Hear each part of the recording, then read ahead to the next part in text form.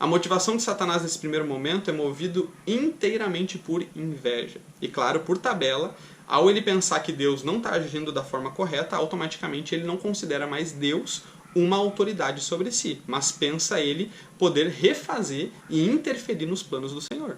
Então é claro que ele se torna um inimigo de Deus, ele se torna alguém que quer tomar o lugar de Deus, porque ele vê que Deus está, ele acha que Deus está agindo de forma errada em relação ao plano dele. Então ele acha que ele tem um plano melhor que o de Deus. Né? O plano de Deus tem um plano ruim na visão do diabo. Então é óbvio que a partir disso ele acha que ele é superior a Deus. Só que ele não faz isso num primeiro momento combatendo diretamente a Deus.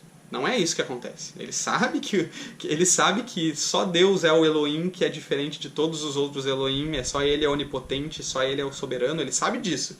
Né? O diabo não é louco, não é ignorante. Mas ele tenta sorrateiramente desfazer esse plano. Né? Ele tenta ir lá pelo homem. Poxa, ele pensa assim, se Deus colocou o homem como numa posição de autoridade, né? e colocou ele sob governo, sobre a terra, eu vou lá no homem e vou fazer o homem se rebelar contra Deus. Automaticamente, o homem se rebelando contra Deus, o homem vai perder essa posição de destaque que Deus colocou ele. Esse é o plano de Satanás, certo? Então, ele não faz isso combatendo diretamente a Deus, mas sorrateiramente tentando deslegitimar a posição que Deus deu ao homem. Né? E assim ele acha que não vai ter outras pessoas outros seres, né, que somos nós, para competir no governo. Né? Ele acha que a gente está competindo nesse governo. E claro que a partir disso, então, como eu falei, ele está combatendo o próprio plano de Deus e está querendo tomar o lugar de Deus através disso. Então, o primeiro foi o diabo. Essa é a primeira rebeldia, certo? O diabo. Só que essa ideia dele de que seres humanos não são compatíveis com essa posição de governo se espalhou também pelos outros seres espirituais. Então, alguns seres espirituais que tinham a autoridade de vigiar sobre a terra após o homem perder a sua posição de governante dela por causa do pecado, perverteram a natureza humana. O que eu quero dizer com tudo isso? Vocês lembram que Deus deu autoridade ao homem, certo? Lá em Gênesis 2, Deus deu autoridade ao homem, governe sobre a terra. O homem pecou, o homem perde essa autoridade. Sim, momentaneamente o homem perdeu a sua autoridade. O plano de Satanás deu certo, né? O homem perdeu a sua autoridade, mas Deus não desistiu do seu plano. Mas temporariamente o homem perde essa autoridade. A terra fica desgovernada. Né? Não. Deus, com seu conselho divino, ele tem seres que vão tomar conta, né, dessa região terrena, que são esses seres, esses vigias, os seres espirituais que governam sobre a terra nesse período, né, nesse meio tempo aí. O que acontece é que Gênesis 6 mostra o que esses filhos de Deus, esses seres que no primeiro momento eram para guardar sua posição, não guardaram, e o que eles fizeram, né, que foi gravíssimo. Né, eles perverteram a natureza humana. Vamos ver lá em Gênesis 6, diz assim: E aconteceu que, como os homens começaram a multiplicar-se sobre a face da terra, e lhe nasceram filhas, viram os filhos de Deus que as filhas dos homens eram formosas, e tomaram para si mulheres de todas as que escolheram. Certo? Então, filho de Deus aqui, como eu falei, é anjo. Tá? Essa história de que é filho de Sete, essa história de que é outra coisa, de que é uma linhagem, não sei o que, é quem tenta colocar essa linguagem que a gente já entende hoje que pertence a nós, tenta aplicar isso no Antigo Testamento. Né? E não cabe, não faz sentido, não é assim que os autores, que os homens daquela época entendiam esse termo filhos de Deus. Como eu falei, filhos de Deus, santos, santos do Altíssimo, esses termos no Antigo Testamento são usados para os seres espirituais no céu, certo? Até porque nós não temos ainda como ser chamados filhos de Deus, porque depois do pecado nós somos destituídos da glória de Deus. Né? Por mais linhagem de Abel, que não sei o que, linhagem de Sete, né? Aquele homem, aquele Sete, por mais justo que seja, está destituído da glória de Deus. Né? Tem a sua natureza corrompida pelo pecado. Né? Então, filho de Deus é só um entendimento para esses seres espirituais. Viram os filhos de Deus que as filhas dos homens eram formosas. Havia naqueles dias gigantes na terra, e também depois, quando os filhos de Deus entraram as filhas dos homens e delas geraram filhos. Estes eram os valentes que houve na antiguidade, os homens de fama. Tá? Esses são os que foram produzidos dessa relação sexual entre esses seres espirituais e os seres humanos, né, as mulheres. A gente já entendeu também nas outras aulas que esses seres espirituais têm um poder transmórfico. Eles podem mudar de forma, assim como o diabo pode se transformar num anjo de luz. Vários desses seres também têm esse poder, assim como anjos, por vários momentos, nos momentos onde eles parecem como homens normais, né? Tanto que depois que eles interagem com esses seres humanos, depois é que essa pessoa que interagiu com o anjo vai cair por si, vai cair a ficha de que era um anjo, porque o anjo se parecia como um ser humano, né? Então anjos, seres espirituais, têm esse poder de se transmutar. Então, assim, quando perguntam, né, mas anjo não tem sexo, como é que fizeram, né, como é que teve relação sexual? Anjos têm esse poder, anjos têm essa habilidade, né, de se transformar, de colocar ali um órgão sexual que antes não existia. E a partir disso, então, nasceram esses seres híbridos, né, esses meio seres espirituais, meio homens, né, o que a gente... Na mitologia a gente entende por semideuses, e isso foi gravíssimo. Por quê? Porque isso alterou a genética humana, né? Isso mudou aquilo que Deus criou, né? Isso deturpou o plano de Deus de uma raça humana, né? Eles criaram ali um outro ser, né? Transformaram ali homens num ser diferente, que são esses seres gigantes, né? Os Nefilim. E isso é um ser que não faz parte do plano de Deus que eles existissem. Então isso foi muito gravíssimo. De acordo com Gênesis 6, que é o que a gente leu, eles são os gigantes e os semideuses das religiões antigas. A gente geralmente acha que esses anjos, esses filhos de Deus que se rebelaram e que não guardaram a sua posição, se tornaram os demônios que Jesus expulsa e que alguns de vocês aí já expulsaram, né? A gente coloca tudo no mesmo balaio, né? Os anjos que se rebelaram contra Deus são os demônios que a gente expulsa hoje. Não. Pedro e Judas, cientes do contexto dessa passagem, dizem que esses anjos, especificamente esses de Gênesis 6, os vigias, eles estão presos. Esses especificamente de Gênesis 6, que tiveram relações com as mulheres, esses aí estão presos aguardando o dia do juízo. Essa noção deles é baseada principalmente no livro de Enoque, tá, que Judas chega a citar, Enoque, e de livros da época do Segundo Templo que eram relevantes para os apóstolos. Por mais que esses livros hoje não sejam canônicos, né, a gente não pode ignorar que Judas está citando o livro de Enoque.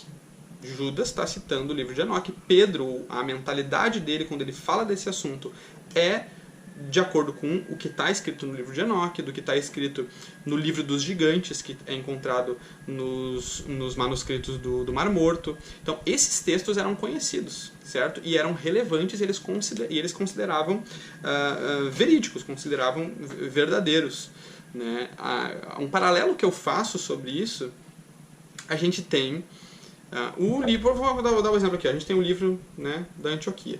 Tá? Isso aqui não é um livro da Bíblia. Isso aqui não é um livro canônico. Mas nós lemos, né, alguém amplificou a mensagem, alguém aprofundou a mensagem bíblica e tenta nos explicar o contexto das passagens bíblicas, e a gente considera isso relevante, isso verídico, por mais que não seja canônico, por mais que a gente não considere isso aqui a palavra de Deus. Alguns textos, alguns livros no período interbíblico, da mesma forma, são textos que, passados de tradição, né, passados oralmente, eram considerados verídicos e amplificavam aquilo que a palavra de Deus dizia, né, amplificava o contexto, e por mais que não eram a palavra de Deus, livros canônicos, eram relevantes e considerados verídicos e que ajudavam as pessoas a entender melhor o contexto do que elas estavam lendo na Torá, do que elas estavam lendo ali na palavra de Deus mesmo, né? Então, a gente não pode ignorar isso. Né? Alguns tentam só passar por cima, assim, Judas está citando Enoque, vamos fazer de conta que isso aqui não existe, né? Vamos fazer de conta que... gente, é claro, sabe? Se não concorda comigo, reclama com Judas. Judas cita o livro de Enoque, né? Então vai se entender com Judas então. Se ele está citando, é porque ele considerava o livro relevante. No livro de Enoque é dito que esses filhos de Deus não só produziram esses gigantes, como também ensinaram aos homens toda sorte de maldades. Deixa eu primeiro voltar em Judas e Pedro, que a gente citou, né? Só para não ficar no que eu estou falando. 1 Pedro 5... 1 Pedro não. 2 Pedro. 2 Pedro 2, versículo 4 e 5. Porque se Deus não perdoou os anjos que pecaram, mas havendo-os lançado no inferno, os entregou às cadeias da escuridão, ficando reservados para o juízo. E não perdoou ao mundo antigo, mas guardou a Noé, 8ª pessoa, o pregoeiro da justiça, ao trazer dilúvio sobre o mundo dos ímpios.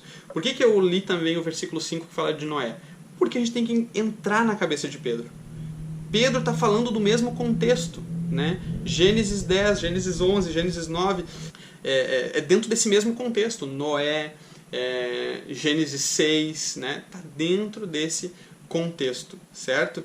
A gente não pode, então, desapegar disso, desapegar do que Pedro está falando, né? Pedro está dizendo que esses anjos, então, esses que entraram nas mulheres, né? Esses que tiveram relações, eles hoje estão presos. O livro de Enoque fala sobre isso. Judas 1 diz assim: embora vocês já estejam cientes de tudo, de uma vez por todas quero lembrar-lhes que Jesus, tendo libertado um povo, tirando-os da terra do Egito, destruiu depois os que não creram. E a anjos, os que não guardaram o seu estado original, mas abandonaram o seu próprio lugar, ele tem guardado sob trevas em algemas eternas para o juízo do grande dia. Então, esses anjos, tá? Eles estão presos. Não são esses os demônios, não são esses os que estão aí, né, mundo afora. Esses, especificamente esses, de Gênesis, estão presos hoje. Eles também, no livro de Enoque, mostra que eles não só produziram esses gigantes, né, depois dessas relações sexuais, como eles também ensinaram aos homens toda sorte de maldades, e ensinaram os homens a produzirem armas, ensinaram feitiçarias e métodos de acessar a região espiritual. Gênesis 6, a partir do versículo 5, diz assim, ó: e viu o Senhor que a maldade do homem se multiplicara sobre a terra, e que toda a imaginação dos pensamentos de seu coração era só má continuamente. O versículo 5 está dando esse resumo do que está no livro de Enoque, que é essa ideia de que esses anjos, não, quando eles deixaram a sua posição, eles começaram a ensinar à humanidade toda sorte de mal. Tudo aquilo que perverte, tudo aquilo que vai contra a lei de Deus, os planos de Deus, eles ensinaram aos homens isso, sobre violência, sobre armas, sobre feitiçaria, sobre como acessar a região espiritual de forma a buscar coisas más. Então eles mostram assim que eles estão seguindo o mesmo plano do diabo, né? Eles mostram assim total infidelidade ao plano de Deus, mas dando seguimento ao plano do diabo de perverter o homem até o ponto em que Deus pudesse desistir do seu plano original de ter o homem em posição de governo. Eles querem ensinar para os homens tudo de errado, tudo de mal, para que Deus olhasse o homem e pensasse: vou desistir do meu plano de fazer algo bom com esse povo aí, né? Vou descartar todo mundo e vou ficar só com os seres, meus anjos aqui, os seres espirituais do bem, porque o homem já se perverteu. Esse era o plano desses seres, seguir o plano do diabo de perverter a humanidade para que ela perdesse a sua posição de governo. Então, especificamente, de novo, esses principados de Gênesis 6 estão presos hoje, não têm influência sobre a Terra. Esses, tá? Mas que eu quero mostrar que rolou essa rebeldia, né? Aconteceu esse momento de esses outros seres se rebelaram, né? Seguiram o diabo, mostrando que não é a rebeldia. A rebeldia não aconteceu uma vez, né? Como eu falei, não é o diabo lá num dia pegou e com todos os anjos formou uma rebelião e todo mundo saiu junto. Não, isso aconteceu em momentos diferentes, né? A segunda vez, da primeira foi o diabo, a segunda foi desses, e é a esses que Jesus declara sua sentença novamente quando Pedro diz que Jesus pregou aos espíritos em prisão. Por que isso, sabe? De novo, os apóstolos, quando eles escrevem as coisas, eles têm um contexto na mente deles. Eles não estão escrevendo, sabe, vou escrever aqui algo porque vai ficar mais legal, vou escrever algo aqui para ficar mais bonito. Existe uma mentalidade para que ele escreva o que escreveu. Então, quando ele fala que Jesus pregou aos espíritos em prisão, na mente de Pedro, o que está na cabeça de Pedro quando ele está escrevendo isso? Espíritos em prisão, seres espirituais, que não guardaram a sua posição, tiveram relações com as mulheres, perverteram a genética humana, ensinaram a maldade para o homem, né, outras formas de fazer maldade para o homem, e Deus prendeu eles em cadeias, em trevas. E esses espíritos estão presos. Jesus, quando morre e desce às regiões inferiores né, espirituais, ele se encontra com esses lá. Né? E o que acontece? Quando eles viram Jesus e pensaram, nossa, deu certo o plano, tá aí. O cara morreu, né, o Filho de Deus morreu, e o nosso plano deu certo. Jesus vai lá, e quando fala que Jesus pregou a eles, Jesus está simplesmente falando para eles que o plano ainda segue. Jesus, quando prega a esses espíritos, ele está dizendo a eles, o plano foi esse, o plano é esse, e daqui 3 dias eu estou ressurreto. É isso que Pedro está querendo dizer quando ele diz que Jesus pregou aos espíritos em prisão. Eu sei que esse texto tem vários debates, eu sei que pessoas acreditam de formas diferentes, mas eu queria que vocês se esforçassem para entrar na mente do apóstolo, entender qual é o contexto e como isso se liga a outras passagens. Algo faz muito mais sentido na Bíblia quando ela se liga a outras passagens do que você focar numa interpretação onde ela não se conecta com nada e você precisa tirar uma interpretação unicamente olhando só para aquele texto. Para mim, faz muito mais sentido quando eu tenho todo esse panorama por trás e eu vejo Pedro falando de espíritos em prisão e eu consigo ligar esse termo, a esses outros momentos na Bíblia onde seres espirituais foram presos nas regiões, nas trevas, né? Foram presos em cadeias esperando o juízo de Deus. O terceiro momento, então, que a gente já viu, o diabo, os filhos de Deus em Gênesis 6, e está faltando uma peça, que a gente vai falar isso na próxima aula, tá? Uma peça desses gigantes. Quem são esses gigantes? O que aconteceu com esses gigantes? E eles têm um papel importante nesse contexto, importante no sentido de entendimento, para a gente entender o que está por trás de tudo. A gente tem uma rebelião fruto da história da Torre de Babel. Deus impediu que Nimrod, que é um desses gigantes, esses semideuses, concluísse o seu plano de construir a Torre de Babel. Então ele é um desses semideuses, né, um desses que foi esse híbrido, né, desses anjos com mulheres. Tentou estabelecer esse governo acima de todos, né, já mostrando o intento parecido com o do diabo. E na sequência disso, quando Deus impede isso de acontecer, Deus reparte a humanidade em nações. Isso mesmo, nações. Geralmente a gente pensa que Deus repartiu só em idiomas, né? Mas não foi só isso. Deus repartiu em nações, certo? Em Gênesis 10, diz assim, estas são as famílias dos filhos de Noé, segundo as suas gerações, nas suas nações, e destes foram divididas as nações da terra depois do dilúvio. Então, Gênesis 10 tá falando sobre isso, está falando sobre esse momento em que nações foram divididas, não só idiomas depois do dilúvio, mas nações. E Deus deu a cada nação membros. Vocês lembram desse conselho divino, desses anjos, que não é somente aqueles anjos mensageiros, mas anjos no sentido de toda essa gama de seres espirituais que existem no céu, e que existem uns que têm uma posição hierárquica um pouco maior no sentido de governo, de que eles têm uma posição em que eles podem governar junto com Deus, né? Ter autoridade sobre a terra junto com Deus, porque Deus permite isso. Deus deu a cada um dessas nações, Deus estipulou para que um desses seres, né, governasse geograficamente sobre certas nações. Da onde que eu estou tirando isso? Certo? Deuteronômio, no capítulo 32, no versículo 8 e 9, Moisés depois de tudo isso que aconteceu, ele está relembrando do que aconteceu lá na Torre de Babel. Ele fala assim: quando o Altíssimo distribuía as heranças às nações, quando separava os filhos dos homens uns dos outros, fixou as fronteiras dos povos, segundo o número dos filhos de Deus. Eu sei que em algumas traduções está filhos de Israel, mas às vezes o tradutor tenta ajudar e acaba complicando. No original, filhos de Deus.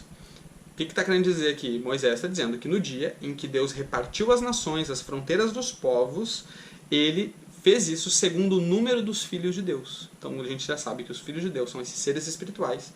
E ele designou a cada nação, ele designou a cada ser espiritual uma nação para eles cuidarem.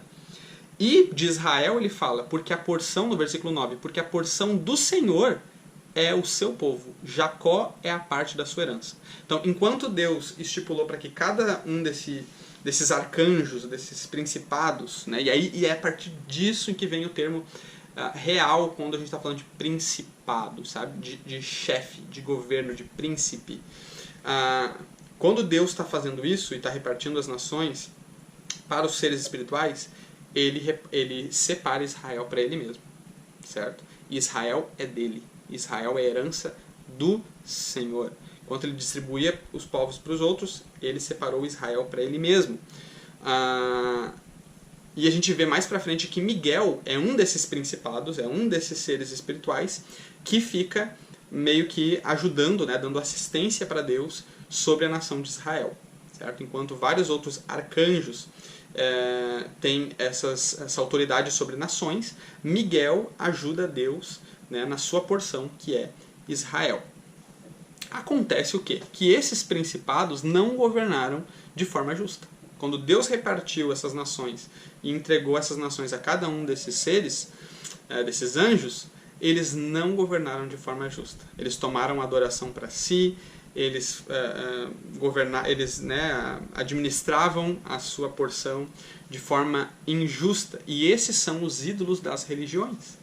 É sobre esses que Deus declara juízo no Salmo 82. A gente agora vai voltar para o Salmo 82, a gente tinha lido no início só o versículo 1. Vamos seguir um pouco mais e falar assim: Deus toma o seu lugar na congregação divina, no meio dos deuses ele julga. Até quando julgarão injustamente e tomarão partido pela causa dos ímpios? Defendam o direito dos fracos e dos órfãos. Façam justiça aos aflitos e desamparados. Socorram os fracos e os necessitados, tirando-os das mãos dos ímpios. Eles nada sabem nem entendem. Vagueiam em trevas, todos os fundamentos da terra vacilam. Eu disse, vocês são deuses, vocês são filhos do Altíssimo. Mas vocês morrerão como simples mortais, e como qualquer dos príncipes, vocês sucumbirão. Levanta-te, ó Deus, julga a terra, pois a ti pertencem todas as nações. Cara, Salmo 82, olha o contexto disso.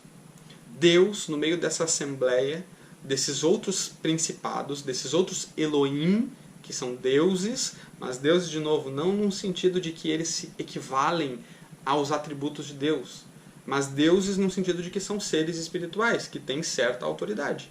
Mas nenhum Deus é igual ao nosso Deus. Olha o contexto de nações. Esses seres estão usando a sua autoridade, o seu domínio que Deus designou, né, a várias nações, de forma errada, de forma injusta. E Deus está dizendo que por mais que eles são filhos do Altíssimo, por mais que eles sejam deuses, né, deuses, Elohim, seres espirituais, eles vão morrer como simples mortais. Deus está estabelecendo o juízo desses principados, né, que Deus deu a oportunidade deles, Deus compartilhar a autoridade dele com eles, e eles sucumbiram, né? E Deus está dando juízo agora sobre eles. Vocês vão morrer no fim de tudo como meros mortais.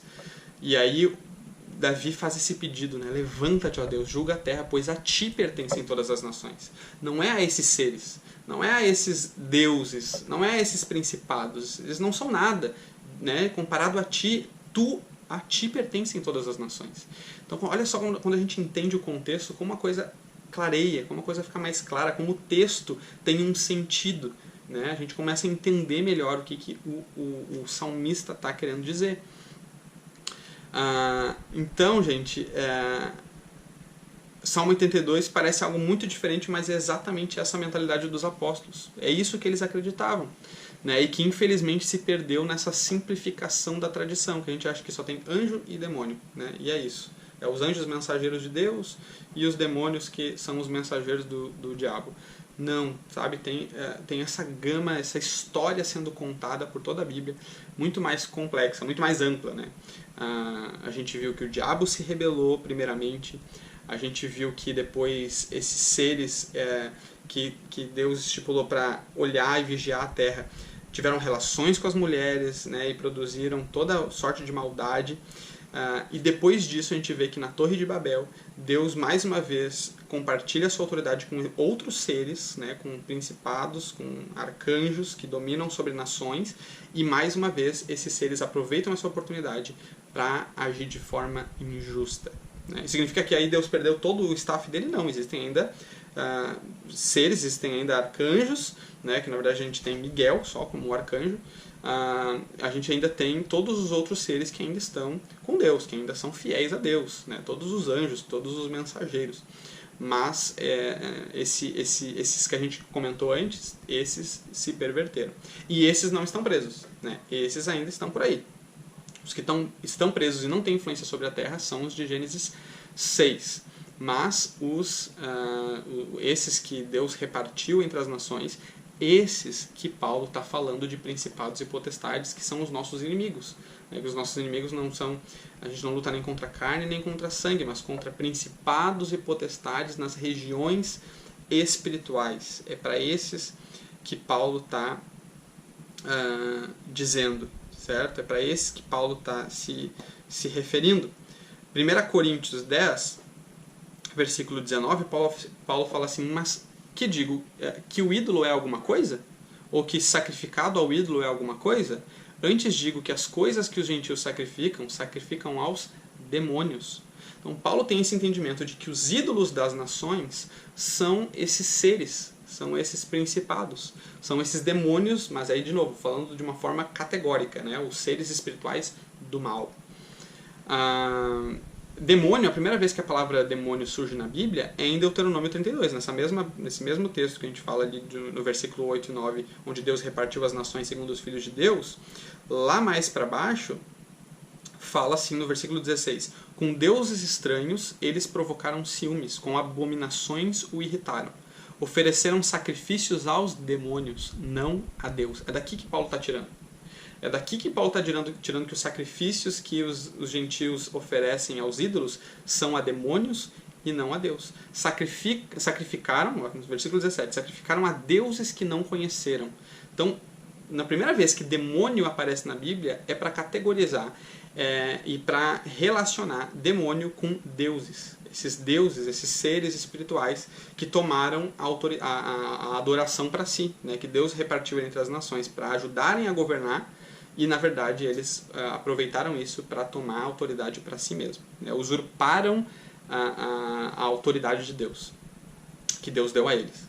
Então, quando Paulo está falando isso, ele está na cabeça dele está Deuteronômio 32. Na cabeça dele está o versículo 8 e 9 de Deuteronômio 32. Sabe? Então a gente precisa entrar na cabeça dos apóstolos e entender com a mentalidade deles e não com a nossa, cheia de tradições, simplificações que a gente trouxe de gerações, mas pensando no como os autores pensavam os textos. Em 1 Coríntios, em Efésios 6, no versículo 11 e 12, revestivos de toda a armadura de Deus, para que possais estar firmes contra as astutas ciladas do diabo. Porque não temos que lutar contra a carne e o sangue, mas sim contra os principados, contra as potestades, contra os príncipes das trevas deste século, príncipes das trevas, contra as hostes espirituais da maldade nos lugares celestiais. Certo? Então, olha, quando a gente lê esse texto agora, com essa mentalidade de tudo que a gente ouviu até agora, faz muito mais sentido por que Paulo está usando esses termos. Se tudo isso daqui, potestade, principado, príncipe das trevas deste século, hostes espirituais da maldade, se tudo isso ele estava querendo dizer que eram os demônios, né, os demônios que a gente expulsa, tem porquê. Não tem porquê usar todos esses títulos, até porque demônio não é príncipe, certo? A gente precisa entender o contexto e eu tentei agora explicar para vocês o contexto histórico, religioso, o contexto dos textos que os apóstolos liam, para vocês entenderem o que eles acreditavam quando eles usavam esses termos, certo? Daniel, capítulo 10, no versículo 12, diz assim, né? Gabriel veio para entregar a mensagem para Daniel, que ele tinha orado, e fala assim: então me disse, não temas, Daniel, porque desde o primeiro dia em que aplicaste o teu coração a compreender e a humilhar-te perante o teu Deus, são ouvidas as tuas palavras, e eu vim por causa das tuas palavras. Mas o príncipe do reino da Pérsia me resistiu 21 dias, e eis que Miguel, um dos primeiros príncipes, veio para ajudar-me, e eu fiquei ali com os reis da Pérsia. E mais lá para frente, ele diz assim, e ele disse: sabe por que vim a ti? Agora, pois, tornarei a pelejar contra o príncipe dos persas. E saindo eu, eis que virá o príncipe da Grécia. Esse é o contexto, gente. Olha só como faz sentido. O contexto de principados, de príncipes nas nações, que Deus repartiu. Que era para Deus compartilhar a sua autoridade e eles governarem de forma justa. Mas eles usurparam, né? Eles governaram de forma injusta e eles são príncipes dessas regiões. Tem o príncipe da Pérsia, tem o príncipe da Grécia, tem esses príncipes, esses seres espirituais, esses seres angelicais, mas que hoje estão aí, esses ainda estão soltos por aí, e é contra esses que nós lutamos nas nossas orações, nas nossas consagrações, no nosso jejum, é contra esses, certo? E os demônios que a gente vai falar na aula seguinte, certo? Demônios no sentido dessa casta mais inferior desses seres do mal, certo?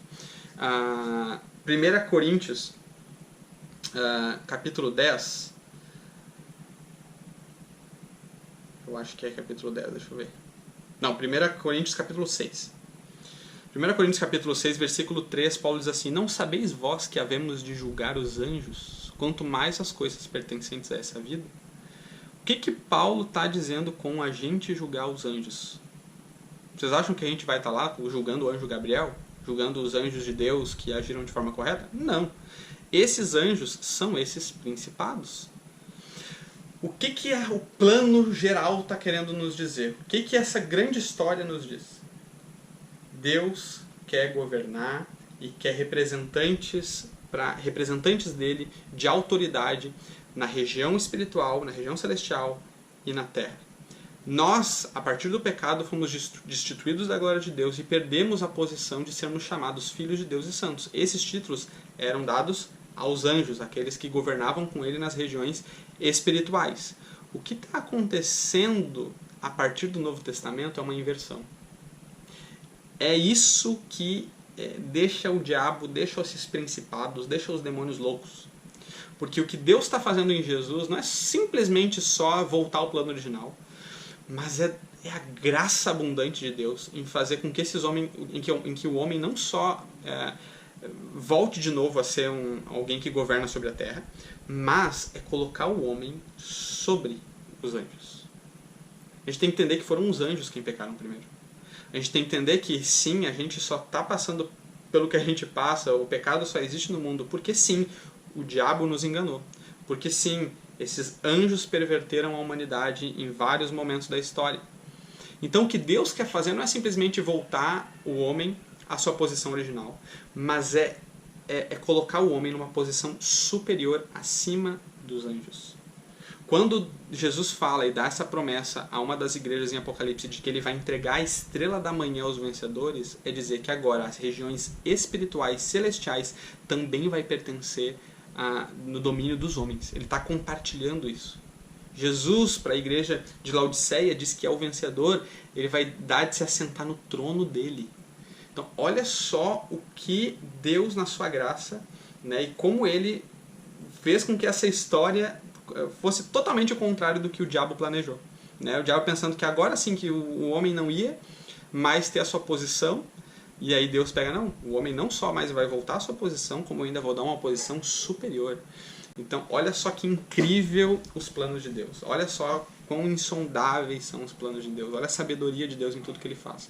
Então, quando a gente no Novo Testamento começa a ser chamado de santo, quando a gente no Novo Testamento começa a ser chamado de filho de Deus, é isso. Aqueles que esses títulos pertenciam antes àqueles que eram os filhos de Deus e os santos, agora esses títulos pertencem a nós. Nós somos os santos. Nós somos os filhos de Deus. E nós vamos julgar aqueles que agiram de forma injusta. Esses principados, essas potestades, esses príncipes das trevas, é debaixo dos nossos pés que nós vamos derrotar Satanás e todo o seu exército. Todos aqueles que seguiram o mesmo caminho de Satanás. Por isso que Paulo diz, né? Debaixo dos vossos pés. Né? Ou seja, existe agora uma posição superior. Agora os anjos estão abaixo. Os anjos, né? Os anjos que perverteram o seu caminho. Então, gente, tem um sentido nisso tudo. Né? As histórias não são só mitos, não são só para encher linguiça na Bíblia, mas tem todo esse plano de fundo, tem todo esse contexto de fundo para nos ensinar a graça de Deus, o amor de Deus sobre tudo. Né? E mais pra frente não, eu vou falar explicitamente sobre o diabo, né? Explicitamente sobre os demônios, né? Os demônios, a casta mais inferior, que tem a ver com os gigantes, a gente vai ver depois, mas por hoje eu precisava dar esse contexto de principados e potestades. Né? O livro falava bem pouquinho sobre isso, mas a gente não tinha como seguir sem esse panorama geral. Tá bom? Espero que vocês tenham gostado. Se ficou confuso alguma parte, vocês podem me chamar. Vocês têm aí as minhas redes sociais, Instagram, Facebook, podem me chamar. E eu vou estar disponível para atender as dúvidas de vocês. E a gente se vê na próxima aula, durante essa semana, a parte 2 dessa aula. Essa aqui é a parte 1, para a gente conseguir concluir aquele capítulo anterior que eu deixei faltando isso. E na próxima, parte 2, sobre Satanás e demônios, especificamente, né? Satanás, personalidade, quem momentos onde ele aparece na Bíblia, né? E os demônios, que é esses que a gente expulsa, que Jesus expulsou, né? Essa casta mais inferior desses seres espirituais do mal. Gente, valeu, e a gente se vê. Um abraço. Deus abençoe vocês.